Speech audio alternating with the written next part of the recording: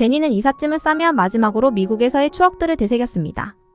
방 한 구석에 있던 작은 사진 앨범을 집어들고 마이크와 함께 찍은 여행 사진들을 한 장 한 장 넘겨보았습니다. 우리가 이렇게 많은 곳을 다녔구나. 한국에서도 이렇게 많은 추억을 쌓게 될까?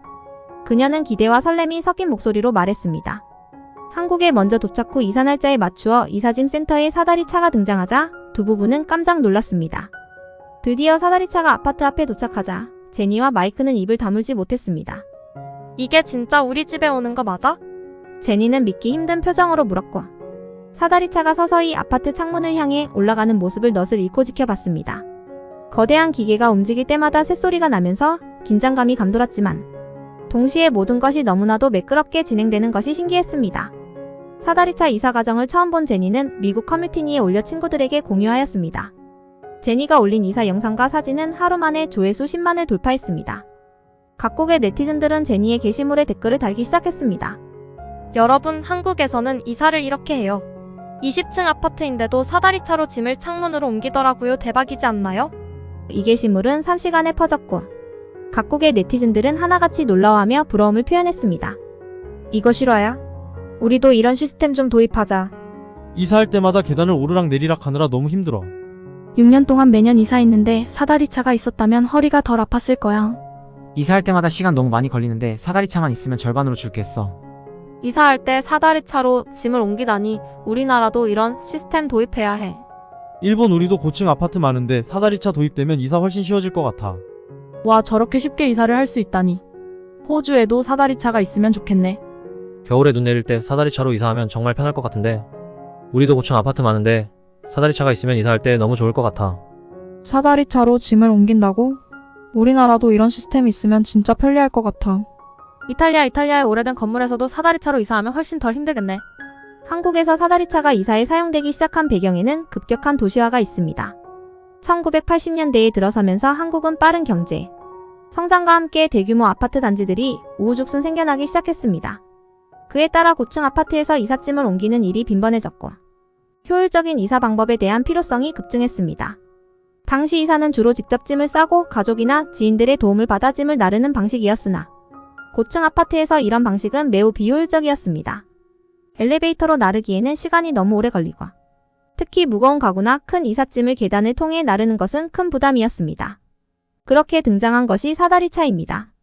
원래는 건설 현장에서 사용되던 장비였던 사다리차가 이삿짐 운반에 도입된 것은 그 자체로 혁신이었습니다.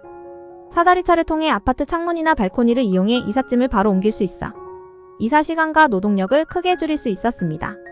사다리차는 고층 아파트의 시간 절약과 안전성을 보장해주는 중요한 도구로 자리 잡았습니다. 처음에는 고가의 장비인 만큼 사다리차를 이용한 이사는 일부 부유층만 이용할 수 있었지만 점차 대중화되면서 이제는 대부분의 이삿짐 센터에서 사다리차를 기본 장비로 사용하게 되었습니다. 특히 한국에서는 아파트가 보편화되면서 사다리차 이사는 이사 문화의 필수 요소가 되었습니다. 덕분에 이사 과정에서 물리적 노동은 줄고 이사 후 피로감도 크게 줄일 수 있었습니다. 사다리차를 이용한 한국의 이사 방식이 전 세계 네티즌들에게 충격을 준 것은 당연한 일입니다. 각국의 네티즌들이 제니의 게시물을 보며 보인 반응은 실로 뜨거웠습니다. 사다리차에 대한 댓글들 중 독일 국적의 한 네티즌이 작성한 포장이사에 대한 내용은 또 다른 이슈가 되어 해당 게시판을 더욱 뜨겁게 바꾸었습니다. 한국의 이사 방식 중 사다리차도 신기하였지만 나는 포장이사가 더 신기해서 마치 공간 이동하듯이 내 짐을 이사할 곳에 그대로 가져다 주더라고. 한번 경험해보았는데도 아직도 잊지 못하겠어. 포장이사 정말 편리해. 적극 추천하고 싶어. 독일에도 포장이사 서비스 업체가 있으면 좋을 것 같아. 라고 답하였습니다. 사다리차 이사뿐만 아니라 한국의 포장이사 서비스 또한 해외 네티즌들에게는 매우 신기하고 혁신적으로 보였습니다. 각국 네티즌들은 포장이사 서비스를 보고 크게 놀라며 한국의 이사 시스템을 부러워했습니다. 짐을 내가 안 싸도 된다고? 이거 꿈 아니야? 이사하고 바로 쉴 수 있다니 한국은 진짜 이사 천국이네. 전문가들이 와서 짐을 싸주고 풀어준다고? 독일에서는 상상도 못할 일이야. 짐을 알아서 싸주고 새 집에서 바로 풀어주기까지 한다고? 말도 안 돼. 이삿짐까지 정리해준다니 일본에도 빨리 이런 시스템이 생겼으면 좋겠어. 이사할 때 스트레스 완전 제로네. 포장이사 대박이야. 추운 겨울에 짐 싸고 푸는 일 안 해도 된다니 한국 이사 시스템 정말 부럽다. 이사 후에도 바로 정리해준다니 우리도 빨리 이런 서비스 도입하자. 짐을 싸고 푸는 게 제일 귀찮았는데 한국은 그걸 다 해주다니 진짜 좋겠다. 포장이사 서비스. 이삿짐 싸고 푸는 거 생각하면 눈물이 나는데 정말 부러워. 1980년대 후반 한국의 도시화와 함께 포장이사라는 혁신적인 서비스가 등장했습니다. 이전에는 이삿짐을 직접 싸고 옮기는 것이 일반적이었지만 도시 생활이 빠르게 변하면서 많은 사람들이 바쁜 일상을 보내기 시작했습니다. 이사라는 일은 큰 시간과 체력을 요구하는 일이었고 직장인이나 바쁜 가정주부들에게는 큰 부담이었습니다. 그러던 중 이사업체들이 새로운 방법을 모색하게 됩니다. 이삿짐 포장부터 운반, 정리까지 전 과정을 책임지는 포장이사 서비스가 그 해답이었습니다.